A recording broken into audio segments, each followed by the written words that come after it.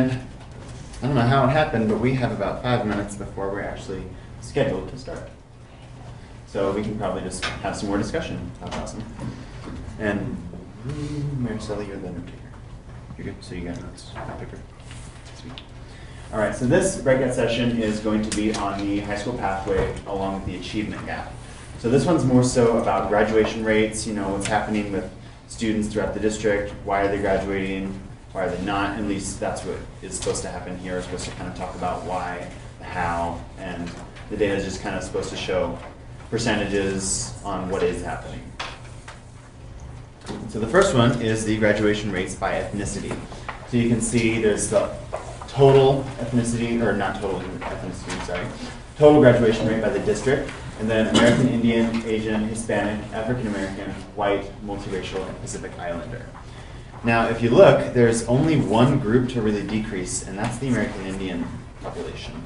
So is there any kind of thought you guys have on this? I realize some of you might have just seen it, so if you look at it for just a couple of seconds. Any thoughts on it? I remember when I was looking at it, I kind of thought that maybe there was some cultural aspect because some families might stress the importance of education differently, and so is that perhaps a reason why there's fluctuations in graduation rates? Crickets. So these are in our yes, books, they're in your in books. the very last section of your books, so that you can see it up close. Under high school pathway.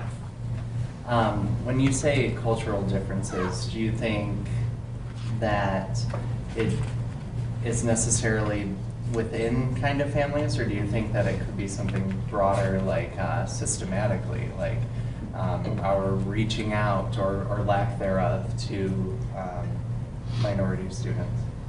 I think there has to be a certain level of importance within the family because every family is different, and so there has to be that kind of difference and that discrepancy. But I think it could also be very important to notice that there's some differences systematically as well. Any questions you guys have about the data? No?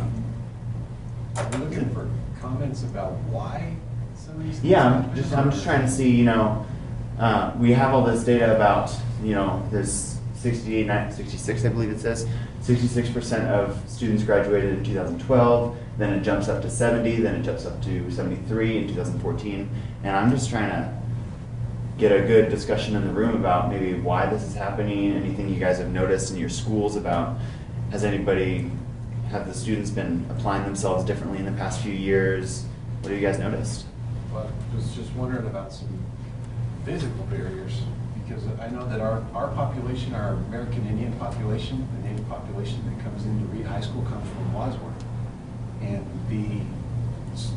if they're riding a bus from Wadsworth, they have to be on the bus at 5:45 a.m. to be able to come in. And I know that impacts the decisions of a lot of students that come to Reed High School. Well, then that kind of brings up, school starts pretty early, and I don't know about the rest of you guys, but I'm not fully functioning at 8 o'clock in the morning. So do you think that has something to do with it? All right, I don't think we have any questions about this then. What you're looking at is the anomaly that for that third year, most recent year, right? Mm-hmm. And so if you're looking for sort of a cultural link or a causative link that's been there for all those years, like transportation or the early start of school, none of that would explain why it's dipping just last year. Of course. Right? So you're really looking to try to plot and identify something that impacted just last year, what changed. Mm-hmm. And so I don't know that we've got enough information to be able to make good suggestions culturally or Of course, schedule of course. standpoint, right? I was just throwing that out there as a potential. So I'm sure there's many different reasons why this is all happening. I just threw out one that I kind of noticed. So if there are any questions. And just real quick too, and also keep in mind too, when they talk about the N size, it's the number of kids, right? Well, if you take a look at the Native American population, in this case, there's obviously a 10% reduction, so that's always a bit of a concern. But if you take a look at the N size, Because it's a smaller population, it's only 69, so a variation by 1, 2, 3, 4 kids can dramatically change the percentages as well. So that's something to always keep in mind too. So you'll see that a little bit later on too when the numbers are different or a little bit lower, those percentages can dramatically change too. So. And building off of that, you could also see like in the all section for the whole district, or some of our like our white and Hispanic populations that have the highest N sizes, they could very well be seeing kind of the same effect, but it's kind of muted because they're so large. And then the next slide is also graduation rate, but it's by special programs. So when we talk about special programs, we're looking at the FRL, which is free and reduced lunch, IEP, which is our special needs children, and then also LEP, limited English proficient, I believe it's called, and then CIT, which is our homeless population. So obviously, if you compare it to the slide before with just kind of an ethnic background, these percentages are a lot lower. And so I was just wondering if you guys thought that had something to do with it. Why is there not a gifted and talented one on there, but there is earlier in the book for disciplinary problems? That I didn't know. What I'd ask you, Catherine, is the gifted and talented in the IEP group, because normally they're together if they're not separated out. Yeah, so we do have some students that are both gifted and talented and IEP, but the gifted and talented graduation rate, I believe I saw it was 95% or something like that. It's pretty high. So this IEP number, there may be some gifted students in this number, but it depends. I don't know how, if Ben's office would have to talk about how they separate those out, but I believe that it isn't a high end. Yeah. So for this data, GT was not included with the IEP number. I don't know why it was excluded, but so when we're looking at IEP, we're just looking at IEP. Yeah. Anything you guys have to say about this? There's 73% of our students with special needs not graduating. Huge. Heartbreaking. I mean, I come from a family with a special needs student who was on an IEP. You know, there's just simple things like that they could have done from our family's point of view that would have made it easier for the child with special needs to go to school. You know, and that some of those things were like transportation. You know, they put all these kids who don't necessarily get along together with their special needs on the same bus. I know there were many issues with my brother traveling on the bus, you know, just going to high school, because there are some differences between special needs kids, and things like that really have an impact on special needs kids. Like really, it left my brother in tears for 5 days sometimes, you know, because he got in a fight with some kid on the bus, or some kid said something to him on the bus. And I think that goes really unnoticed. Sure. Anything else you guys noticed? I know that's a really good example of how that could easily influence whether or not someone's graduating, because that doesn't make them want to go to school. It doesn't make them want to get up bright and early, get on the bus. Well, the challenge for IEP, you do not see the kids, if they're not represented on there, that get an adjusted diploma. So if they get an adjusted diploma, Washoe County School District considers that a non-grad. And so that, and a non-grad, although not a dropout, they're listed as a dropout. So I think I think it's misinformation. I think it's data that's not clear when we look at that, because any child that is allowed to leave school with an adjusted diploma isn't represented as a graduate, nor are they represented anywhere, except right there, part of that 70-some-odd% dropout. So it's really quite misleading. So I don't know we don't know what the numbers of adjusted diplomas are, because it's not listed anywhere. So I would be curious what that would bring us to if we added it to that. Would we be anywhere near the total population? I don't know the answer to that. I know at my school, we'd be significantly different if we counted adjusted diplomas. And I know my teachers are furious about it, because it's wrong. We're very frustrated about it. And something that comes to us, I know, from the state as they're deciding what they accept and what they don't accept in that data point. But those adjusted diplomas, we all say you graduate, although we are adjusting part of what you're doing. But the reality is when we count them in the graduation cohort, they are not counted, they're not represented. So when we're looking at these, I know that the administrators here all know what these abbreviations mean, but I'm wondering about, students can read. If these guys know, do you guys know what FRL means? Free and reduced lunch, and then there's LEP. Efficient educationary plan, and then I have no idea what LEP means, and RCID. so I think it's kind of important that students have to find these out somehow. Like- Because we all hear them, but we don't know what they mean. See, that's another thing we just have to talk about what those mean. So the IEP is Individualized Education Plan, and that means that they're probably certified special ed. And LEP is Limited English Proficiency. We used to call it ELL, or Second Language Learner. And CIT is a Child in Transition. So the people that are LEP, Limited English Proficiency, come in and they're learning English as their second language or third language possibly, because they're not proficient with English. The CIT, a Child in Transition, is a student who may be abandoned student. They don't have a family, they don't have a place to live, they could be homeless. Those are the kinds of people that are classified CIT. And maybe Ms. Loudon could kind of clarify that more, because there's more to it than just that. Yeah, so it's a group of individuals who have some instability in their home, where they're living or where they're not living. They might be couch surfing, they might have had the family might have had some particular traumas, so they're together living with another family or multiple other families. And so our district has a department that provides services and supports, and administrators ensure that the students can stay at their home school even if they're living somewhere else, and tries to provide some services and support and stability to their educational experience. So if I can talk to the Limited English Proficiency, along the same lines that Ms. Hausauer did with the IEP, we have frustration as administrators with the Limited English Proficiency side, because a lot of times we get highly educated students that come from other countries that don't speak English.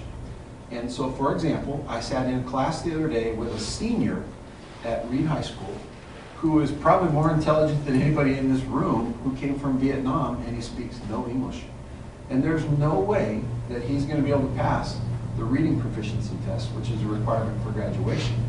And we all know that this kid has the skills to be a graduate in Washington County School District, but he won't be, because he won't graduate by the time he's a senior. And so he's going to have to spend another year with us, and possibly two, depending on his development and what he wants to do and where he wants to go. So that counts against our statistics as well. So it's frustrating when you see a person like this who's made a move for whatever reason, and they're not going to be able to pass the proficiency exams. And he's in classes every day learning how to read, and he was reading an abridged version of Robinson Crusoe because he's trying to learn English. And it was frustrating because a second grader could read that easily. And then knowing, like listening to him communicate, when he communicates with you, this kid is very intelligent. So, but he's not going to graduate, and he won't be able to count in our statistics. It's a really interesting thing to look at, because it is something that does affect the data a lot, because regardless of how well they can perform academically, if they can't communicate in the way that they need to for the district, it's going to mess up their chances, which is very interesting. Alrighty, so the next slide here is about 9th grade core credit attainment and your HSPE pass rate for the reading test. So if you guys all remember freshman year, you had 3 classes that you absolutely had to take. You couldn't get out of them. They were English, science, and math. And so that's what this is representing. It's saying how many, or what percentage of the students in each of these ethnic backgrounds attained that credit, attained those credits, I'm sorry, by the time they left 9th grade. And then below is the same percentages represented through whether or not they passed their reading test. So so this one, it's also a question of whether or not the CRT or CIT and FRL students are affecting their ability to get these credits, because they do have so much more that they're worrying about. They're worrying about whether they're going to sleep at night versus whether or not they're going to pass their math test tomorrow. You guys have any thoughts about this?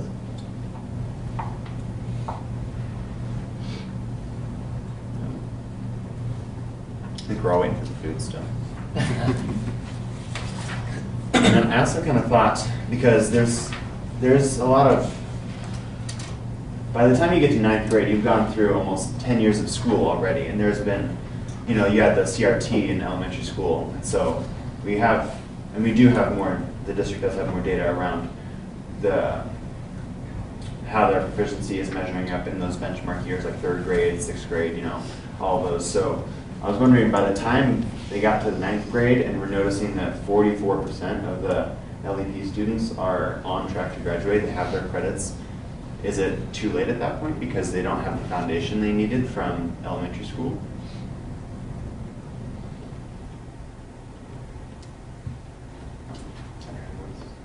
Anything? I think we're all a bit shy to talk. To the students in the room, do you think that knowing your peers, knowing your classmates, do you think that this is representative of them, or do you hear about kind of different experiences with these exams, or? I think it's important to point out that the core credit attainment is vastly different from the percent that pass the reading test in general. And I think this is possibly why we got rid of the HSBEs, because they're not an accurate representation of the core credit attainment. Because if you're passing the class, shouldn't you feel like, because yes, there's a baseline for the proficiencies, but the whole baseline of the proficiencies was set up, you know, years ago because I have no idea about the full story, but it was something because people in college were not actually able to read or write or something. I have no idea, don't quote me. Something along those lines. And then we build up this baseline of everyone has to achieve this level, but if we look at the core credit attainment, those teachers that taught them, there's a vastly different thing than what's on the HSPE. And it's hard for the teachers to actually like engage with their students if they have to teach to a test, and they have to teach those things. So that could be why there's a lot of HSPE pass rates, like it's lower than the core credit attainment.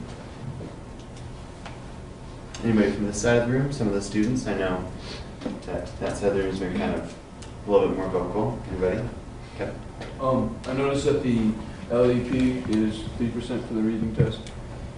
Now, that 3% could be the people who studied and worked all night right before this test. Those could have been the kids who just guessed on tests. You know, I hate to say it, but as a student, we'd love to fly through tests. You know, we've all been there. And I think, like what he was saying, the credit attainment is, I feel, is way more important than the standardized tests, because, I mean, I've been taking standardized tests 3rd grade, you know, 5th grade.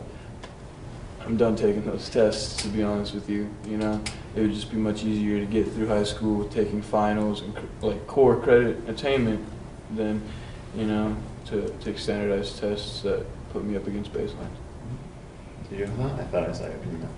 Yeah, I agree with that. I find that a lot of teachers are teaching towards the standardized tests in school nowadays, which is kind of sad because it makes students think that you want to take the test and then you'll never use that information ever again, which in reality it's the opposite. All right. And for the next one, we're talking about the percent of 2014 grade 10 students who earned their full 7 core credits by the end of their sophomore year. So it's the same thing as the 9th grade core credit attainment, but advanced 1 more year. So they have their 3 core credits from freshman year, and then the 4 core credits from sophomore year, adding in history as a class they need to take. So if you look, the females are drastically higher than the males. And so do you think that there's something to do with that? I know that there's, biologically speaking, I'm a bio nerd if you get to know me. Females kind of develop mentally a lot faster than males, so by the time when they're in 10th grade, it's entirely possible and in fact probable that the females are doing better on this graph because they are more developed.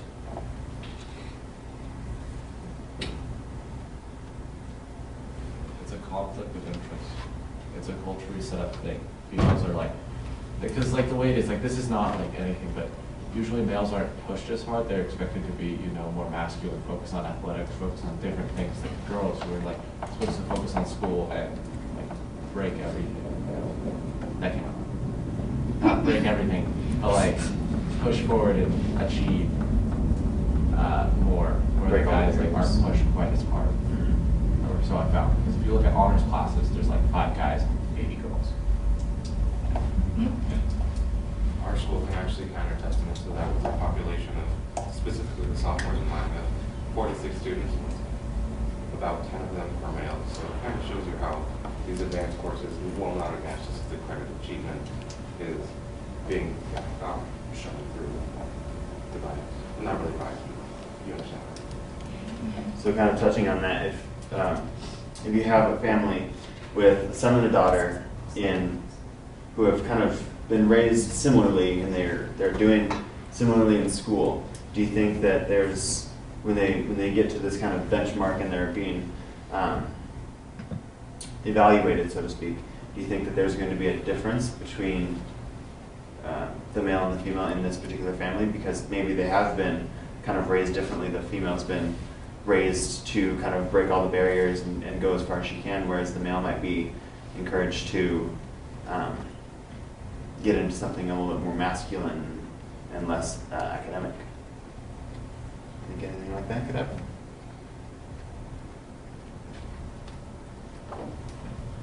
No? All right. Well, we only have a few slides left, and the next one. All right, never mind. We're going to stop and think for a bit.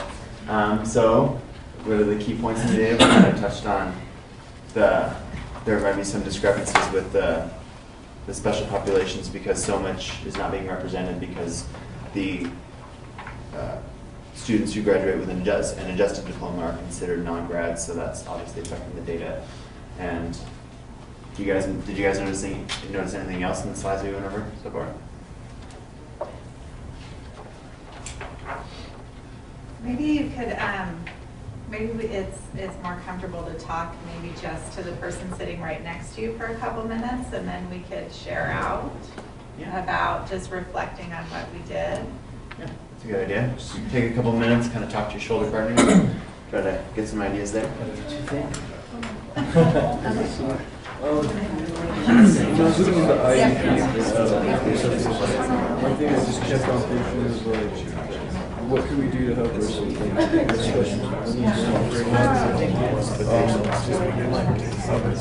There's so many different things I kept thinking of. That was only a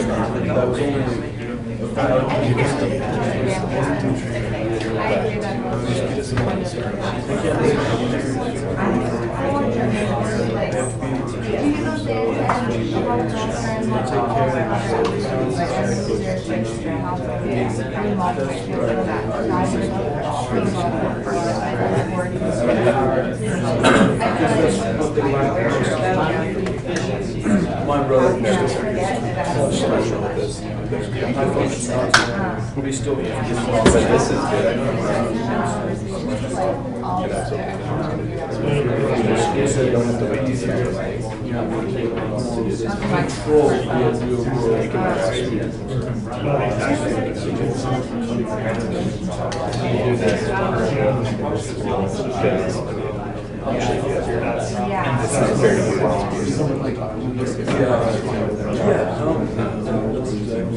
It would be interesting.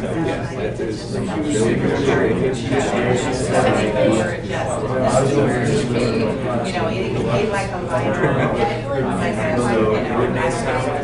I've heard the other ones. So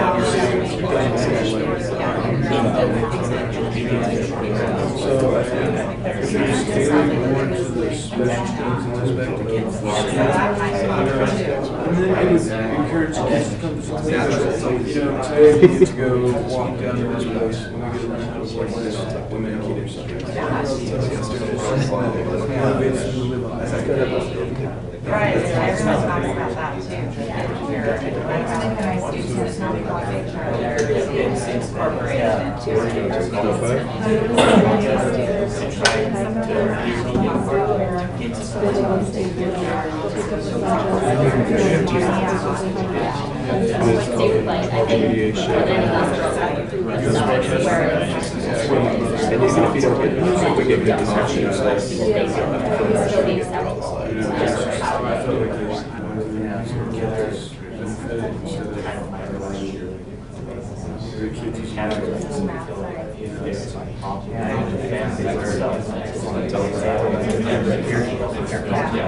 This one, that was expected to be.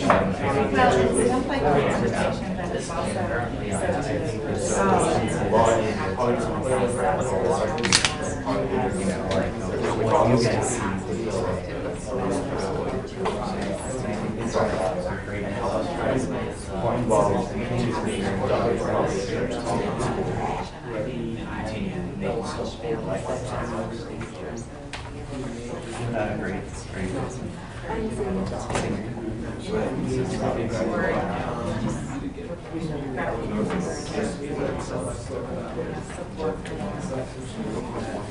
All right, you guys, if you want to wrap up that thought, we'll probably get going here in a couple of minutes, so just have some notes. A lot of people would like to see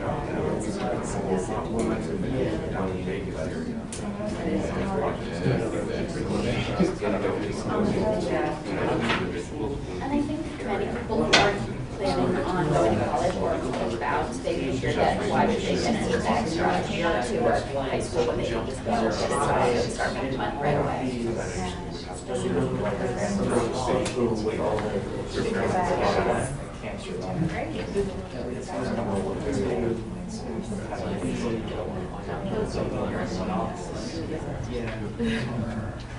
All right, you guys.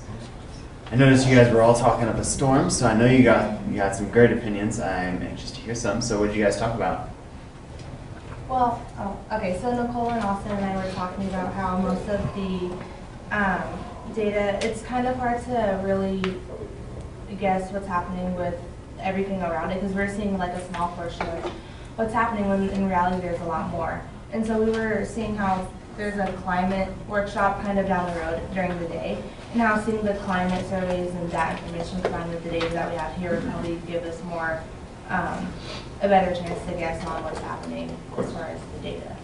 And it also, I think it might have to do something with the fact that, you know, graduation's a big topic. There's so much that goes in because there's 12 years of data that you, well, not necessarily data, but 12 years of information that's influencing this. So data might, or the graduation rates is probably one of the bigger, more, most influenced topics that we have today. So what is some of the stuff you guys talked about? I know there's a lot of discussion in your team. Well, what we had noticed in the cohort graduation for special programs was it's blatantly obvious that we barely started collecting data for the CIT population last year.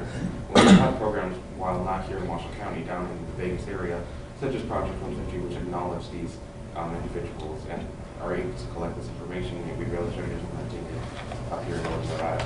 I just found it interesting. Significant.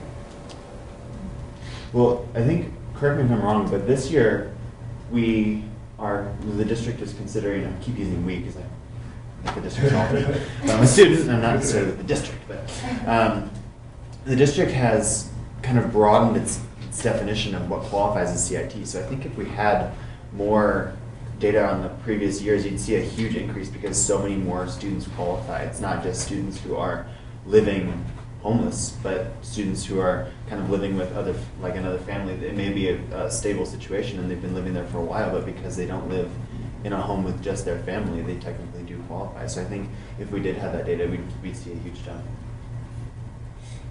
Kevin? We had talked about IEP and like ways we could motivate children with special needs to go to school and to have a higher graduation rate. Find more ways to give IEP students like hands-on real world learning, because you know they need things like don't forget to turn off the oven, you know, just these little basic guidance things. And it'd be way easier to test them on like, okay, what do you do when you leave a kitchen, as opposed to, you know, sit down and do this math for me. Mm-hmm. You know, I feel like that would be a better way of testing our special needs students and making sure they're prepared for the real world, because that's what high school is doing for everyone. You know, it prepares us for college, which in turn prepares us for life. Well, for, you know, special needs students, it should prepare them for the world. Definitely, definitely. I think that could be a good thing because, you know, in school it's all about whatever test, but with populations like that, it's not necessarily their focus is whether or not they're going to do fantastic on this math test. It's so many other things in their home life that they're worried about more, and their families are worried about a lot more than whether or not they're going to do so well on this test or read that book by the day that they need to. So that's important. Anything else you guys noticed? We discussed the differences based on gender, and we kind of attributed it to like the precedent set by history on gender inequality. So females might be more inclined to feel like they need to prove themselves and work harder in order to be seen by society as like worthy and equal. So that could also affect the difference between males and females performance rates. Definitely. And to kind of build off of that, for the male side, definitely those who live in more of the minority families who have larger families, where when there's economic struggle, typically the eldest male is expected to go out and get a job and provide income for that struggling family. And it could be encouraged more to just drop out and get a job when the family is large enough, because then that together, when built up, can have the income to support that family. But as we move forward, where families are smaller and smaller, you have more struggling families, more people dropping out and struggling. There's one slide after this that I think is important that could really be related to this, and it's about when they go to college, by the time they graduate high school, they're supposed to be proficient in all these, in math, English, reading, and many other areas. But if you look at this, when they get to college, this is looking at Washoe County grads, whether or not they need remediation when they get to college. So if they do need remediation, then perhaps we haven't, as a district, we haven't prepared them enough for what they're going to need in college.